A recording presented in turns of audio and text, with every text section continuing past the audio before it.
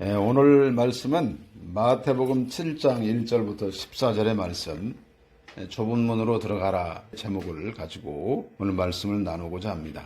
지난 시간에는 마태복음 6장 25절부터 34절까지의 말씀을 통해서 염려하지 말라는 제목으로 함께 나누었는데, 전체적인 주제가 뭐였냐면은 어떤 것을 추구하느냐에 따라서 그리스도의 제자인지 이방인인지 알 수 있다고 하는 거. 먹고 사는 것 때문에 염려가 태산 같다면은 그리스도의 제자가 아니라는 거죠. 왜냐하면 염려는 불신앙이기 때문에 그렇습니다. 그러므로 하나님의 주권을 신뢰하는 성도라고 한다면은 하나님의 나라와 하나님의 의를 구해야 한다고 하는 것이죠. 그런데 우리는 실천적으로 이방인이 될 수가 있습니다. 우리가 그리스도인이라 할지라도 우리의 살아가는 모습이 이방인과 다르지 않을 수 있다고 하는 점에 우리는 주의를 해야 할 것이고요. 그래서 이와 같은 실천적 이방인이 되지 않기 위해서는 우리는 소소한 일상을 아주 성실하게 감당을 해 나갈 필요가 있습니다. 우리가 하나님께 영광을 올려드린다고 해가지고 뭔가 거창한 것을 한다고 생각하면 안 됩니다. 우리의 기본적인 일상 속에서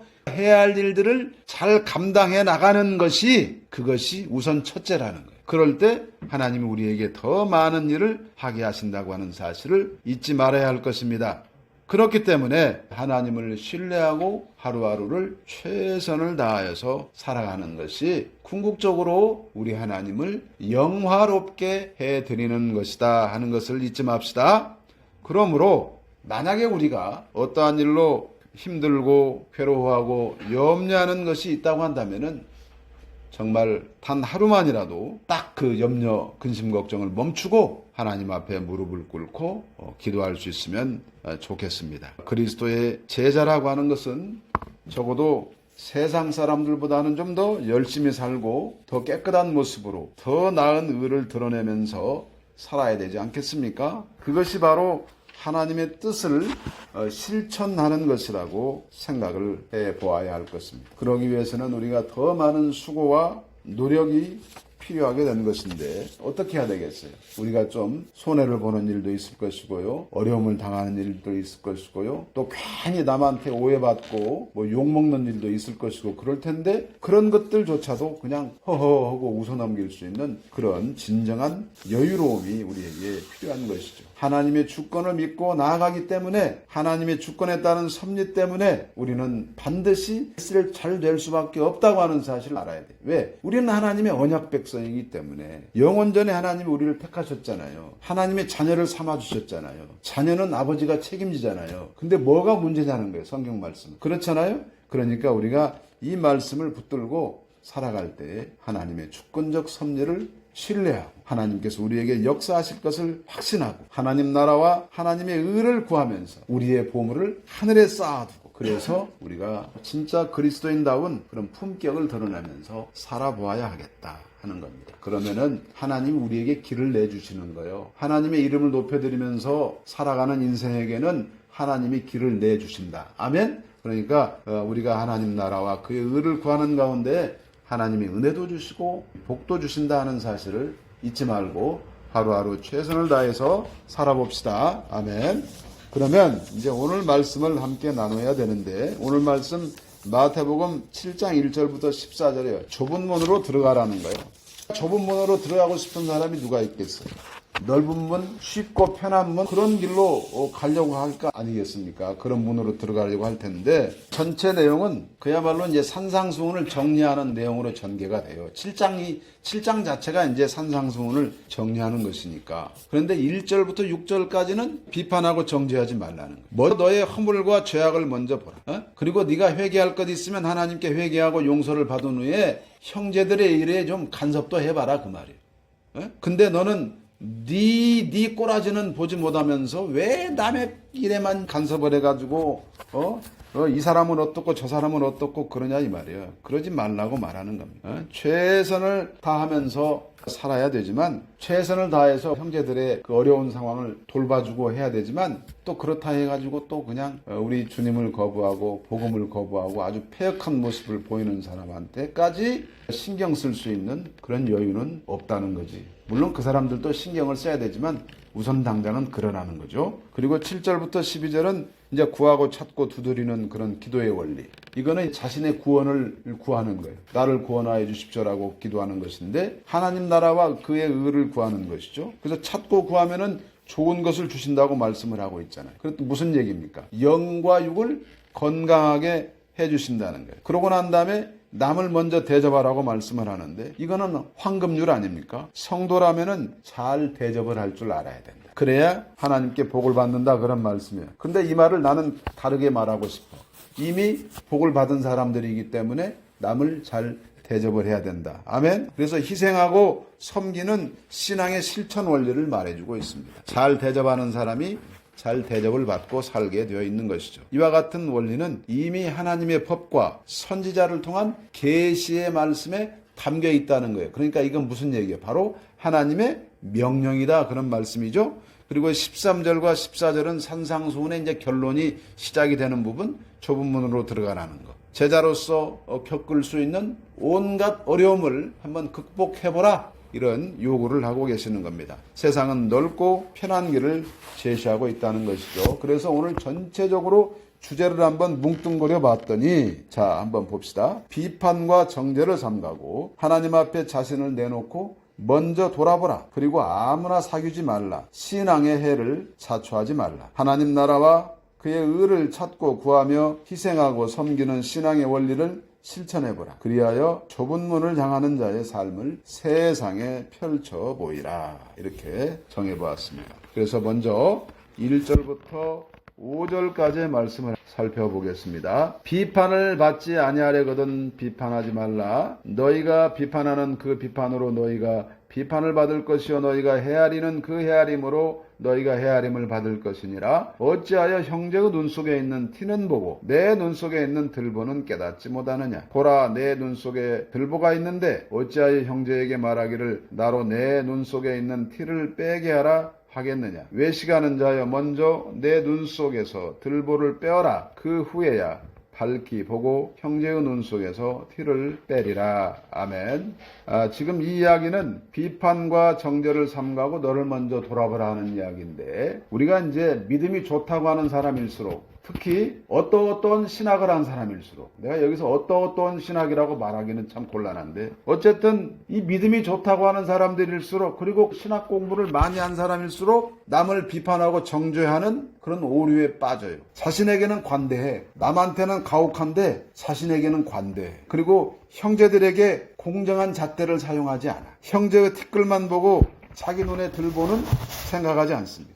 작은 잘못을 했는데 세상에 그럴 수 있냐고 막 분노를 해. 비판하고 정죄해. 이거는 제자의 모습이 아니죠. 근데 자기가 만약에 그런 경우에 딱 처해. 그러면 굉장히 너그러우면서 합리화시켜가지고 미꾸라지처럼 요리 빠져나가고 저리 빠져나가고 쏙쏙 잘 빠져나가. 그러지 말라는 거예요.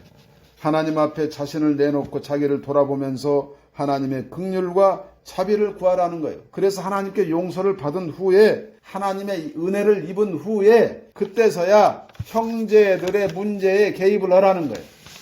이러쿵저러쿵 함부로 말하지 말라는 거예요. 그러면서 그 형제들의 문제에 개입을 할 때도 자기가 하나님께 은혜를 받은 것처럼 그 사람들도 하나님의 은혜를 받아가지고 그들의 문제가 해결이 되기를 바라면서 기도하라는 거예요. 그들에게 복이 임하기를 기도하라는 거예요. 그들을 비난하고 정죄하고 그러지 말고 형제를 비판하고 정죄한다고 하는 거는 하나님의 권한이라 마지막 심판 때 하나님이 하실 일이란 말이에요. 하나님만이 정죄할 권한이 있고 제자는 그럴 권한이 없다는 것을 알아야 돼요. 그럼 우리는 뭘 해야 돼요? 우리는 칭찬하고 축복해주고 그리고 위로해주고 또 조금 잘못하는 것이 있으면 그냥 성경 말씀을 들고 그냥 권변해주고 이렇게 하면 더 좋겠는데요. 이 정도만 하면 되는 거야. 그러지 비난하고 정죄하고 너는 죄인이야, 너는 지옥 갈 거야 막 심지어 막 그렇게 말하는 사람도 있어. 그거는 안 되는 겁니다.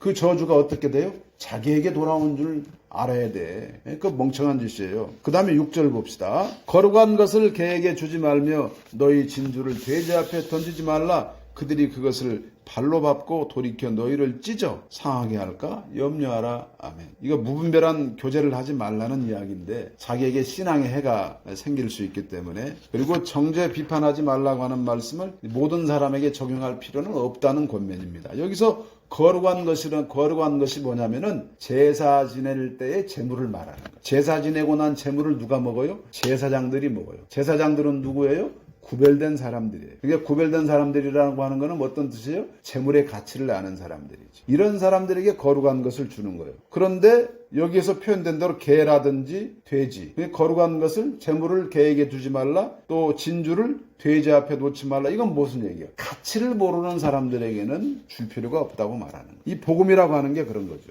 모든 사람에게 복음이 선포되지만 계속해서 가서 말씀을 전하려고 그러면은 막 그냥 막 예수 욕을 하고 막 하나님 욕을 하고 막 뭐 개독 뭐 하면서 막 핏대를 올려서 이런 사람들 있잖아. 그러면 그런 사람들은 그냥 잠시 놔둬야 돼. 그런 사람들한테 가서 전력 투구하다가는 지쳐버린다 이 말이에요. 그러니까 그 사람들은 좀 놔두라. 자기까지 시험 드니까 놔뒀다가 나중에 그 사람들 하면 되는 것이고요. 어쨌든 그런 사람들까지 간섭하면서 우리가 우리의 신앙의 해가 되고 우리가 상처를 입어서는 안 되기 때문에 그런 부분까지도 지금 말씀을 하고 있는 것이죠. 그런 사람들은 어떻게 하라고 말하고 있습니까? 그냥 발로 밟고 돌이켜 너희를 찢어 상하게 할까 염려하라. 이렇게 말하고 있잖아요. 신앙의 해를 줄까 두렵기 때문에 복음을 거부하고 배척하는 사람들을 만나면 우리 주님은 뭐라고 말을 했어요?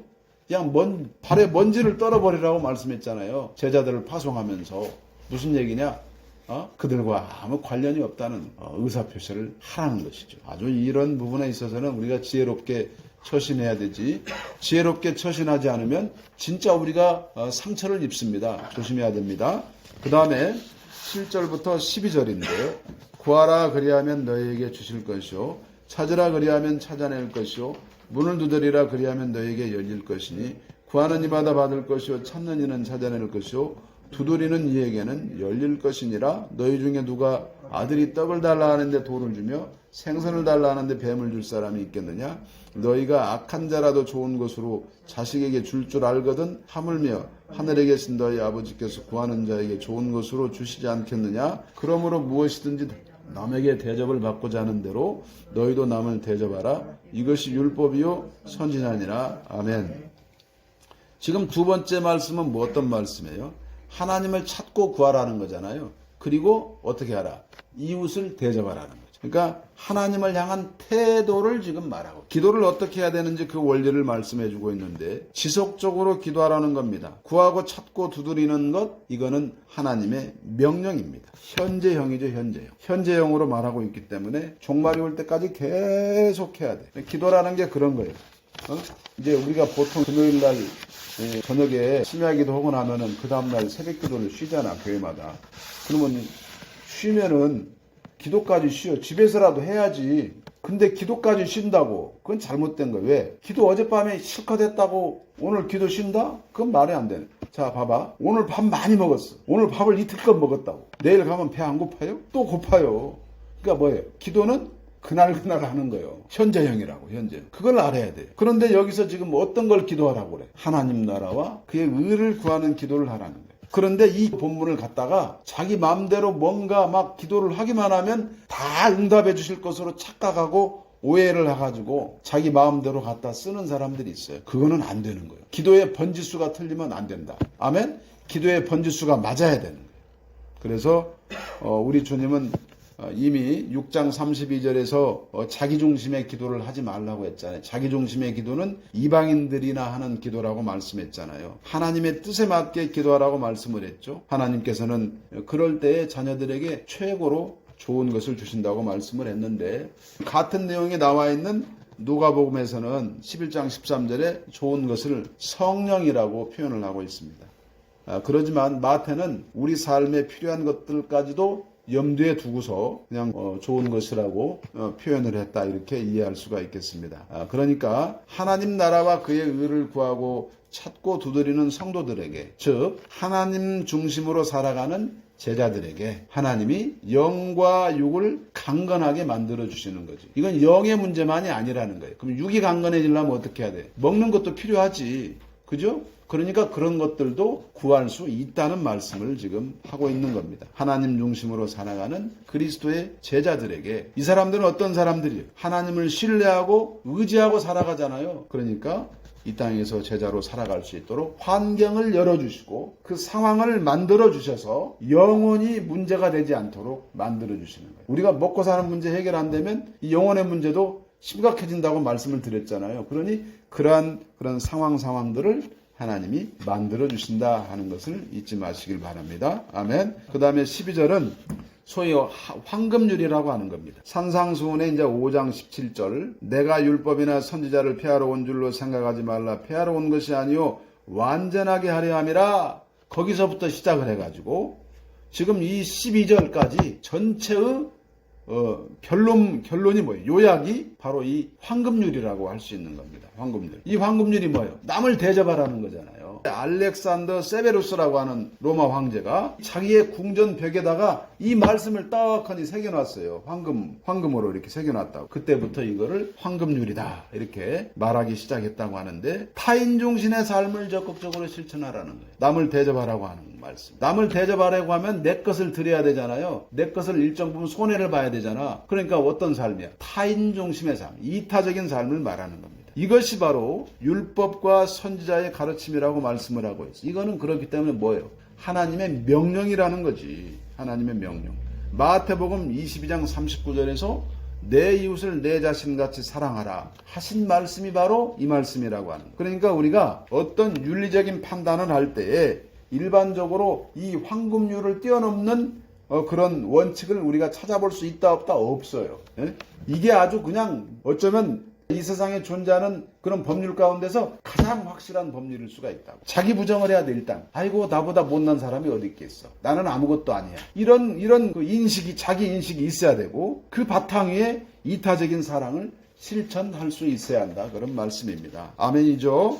자, 그 다음에 이제 세 번째 주제로 넘어가는데, 좁은 문으로 들어가라고 하는 말씀이 13절과 14절입니다. 좁은 문으로 들어가라. 멸망으로 인도하는 문은 크고 그 길이 넓어 그리로 들어가는 자가 많고, 생명으로 인도하는 문은 좁고 길이 협착하여 찾는 자가 적음이라. 아멘. 이제 좁은 문, 넓은 문을 말씀하고 있죠. 좁은 문은 생명의 문이고 넓은 문은 멸망의 길이죠. 좁은 문에는 험한 길이 따르게 마련이죠. 그렇다면은 좁은 문과 험한 길은 무엇입니까? 그리스도의 제자인 성도가 가져야 할 삶의 방식과 결단이라고 말씀할 수가 있어요. 자기 중심의 삶이 아니라 아까도 말씀을 드렸지만은 자기를 부정하는 삶입니다. 이거는 이미 팔복에서 우리가 함께 이야기를 나눴잖아요. 그리스도의 제자로서의 정체성이 무엇인가를 팔복에서 살펴보았잖아요. 그리고 세상과 구별되는 존재 가치로서 소금과 빛으로 살아야 한다는 것도 살펴보았어요. 결국은 성도가 앞으로 입성해야 할 천국이라고 하는 것이, 그 그 천국에 들어가는 문이 좁은 문이라는 거예요. 거기가 바로 그 가는 길이 험한 길이라고 하는 거예요. 그러니까 성도의 삶은 꽃길 비단길이 아니라고 하는 것을 먼저 알아야 됩니다. 세상은 부와 명예와 쾌락을 추구합니다. 이거는 원죄로 말미암은 인간 본성이라고 할 수가 있어요. 근데 이거를 억제하고 주님이 원하시는 더 나은 의를 실천해가면서 살아가는 것이 무엇이다? 좁은 문이고 좁은 길이라고 할 수가 있는 거예요. 그러니까 우리는 뭔가 대단한 희생과 수고라고 생각을 하면 어려워져. 이러면 우리가 실패할 수밖에 없어요. 그런데 아주 작은 것부터 실천하라는 거고, 어디서부터 실천하라는 거예요? 가정에서부터 실천하라는 거예요. 우리가 뭐 이타적인 사랑 실천하라고 그러니까 이타적인 것은 뭐예요? 나 빼면 다 딴 사람이잖아. 그러니까 나 빼면 이타적인 거지. 그죠? 자기에 빠져 있는 거 말고 나 빼면 다 이타적인 사랑이잖아. 그러니까 가정에서부터 하란 말이에요. 그거를 딴 데 가서 찾지 말고. 그러면 가장 작은 단위의 교회가 어디예요? 가정이잖아요. 가정이 교회라니까. 그럼 가정에서부터 실천하는 거예요. 가정에서부터 뭐를 지켜야 돼? 가정에서부터 질서부터 지키라는 거예요. 가정의 질서를 지키고 가정에서부터 서로 사랑하고 섬기는 것을 먼저 실천해보라, 그런 말씀이에요. 가정이 흔들리는데 어디 가서 무엇을 해가지고 성공하면 무슨 의미가 있어요? 재물을 많이 모으면 무슨 필요가 있어? 무슨 의미가 있냐고. 아무 의미 없다 이 말이에요. 부부 사이가 이상한데 잘 나가면 무슨 의미가 있어요? 부모와 자식 간의 사이가 안 좋아. 그런데 세상적으로 잘 나가면 무슨 의미가 있어요? 성공하면 뭐가 있어요? 아무 필요 없는 거예요. 그렇기 때문에 기본에 충실하는 거예요. 우리의 삶 속에서 하나님이 우리에게 마련해 주신 질서, 그 질서에 입각해서 최선을 다해서 살아가는 것, 소소한 일상에서 승리하는 것, 기본에 충실하는 것, 이것이 바로 좁은 문을 향한 성도의 길이라고 하는 것. 이것이 바로 생명으로 나아가는 길이라고 하는 것. 그래서 우리가 적용을 해볼 때 비판과 정죄를 삼가려고 한다면은 일단 나보다 못난 사람이 없다고 하는 것을 인식하고 살아야 돼. 그죠? 그럴 때 남을 비판하고 정죄하지 않을 수 있다는 말. 그러면 이런 사람, 이런 성도는 하나님의 나라와 그의 의를 구하는 기도자의 모습으로서도 훌륭한 모습을 보이게 되는 것이지. 그래서 이런 사람은 이웃사랑을 실천하게 되는 것이고 또 쉽고 편한 길을 추구하지 않습니다. 좁은 문을 향하는 자죠. 그래서 이와 같은 것들을 우리는 어디서부터 실천한다? 가정에서부터 시작을 해가지고 점점 밖으로 가지고 나가야 돼. 그러면 이것이 진짜 좁은 문을 향하는, 좁은 문으로 들어가는, 좁은 길을 걸어가는 그런 그리스도의 제자요 성도의 모습이라고 할 수가 있는 것입니다.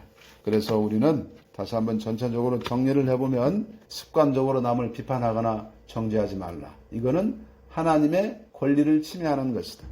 무분별한 교제를 해가지고 신앙의 해를 입어서는 안 된다. 그러니까 균형 있게 융통성을 발휘해야 한다는 것을 말씀을 하고 있고 또 기도의 원리를 말씀을 해주셨는데 그 기도의 원리를 이기적으로 사용해가지고 하나님을 마치 종 부리듯이 해서는 안 된다고 하는 사실. 자기의 구원을 위해서 기도하고 또 이 땅에서 성도로서 살아가기에 합당한 모습으로 살아가기에 필요한 모든 것들을 하나님께 제공해 주시기를 바라는 그런 기도자로서의 기도를 해야 할 것입니다. 남을 대접하는 데에 최선을 다해야 할 것이고요. 이웃사랑, 형제사랑을 실천해야 할 것이고 그렇습니다. 그래서 전체적으로 결론은 무엇이다? 좁은 문으로 들어가라고 하는 사실. 이것을 잊지 말고 우리 일상생활에서 적용해 나갈 수 있기를 바랍니다. 작은 것부터 실천하는 것이 좁은 문으로 가는 것이지 무슨 거창한 거 한다고 밖에 나가서 왔다 갔다 휘젓고 다니면서 가정을 등한시했다가는 그것은 좁은 문이 아니라 오히려 넓은 문으로 가는 길이다 하는 것을 잊지 마시기를 바랍니다. 아멘.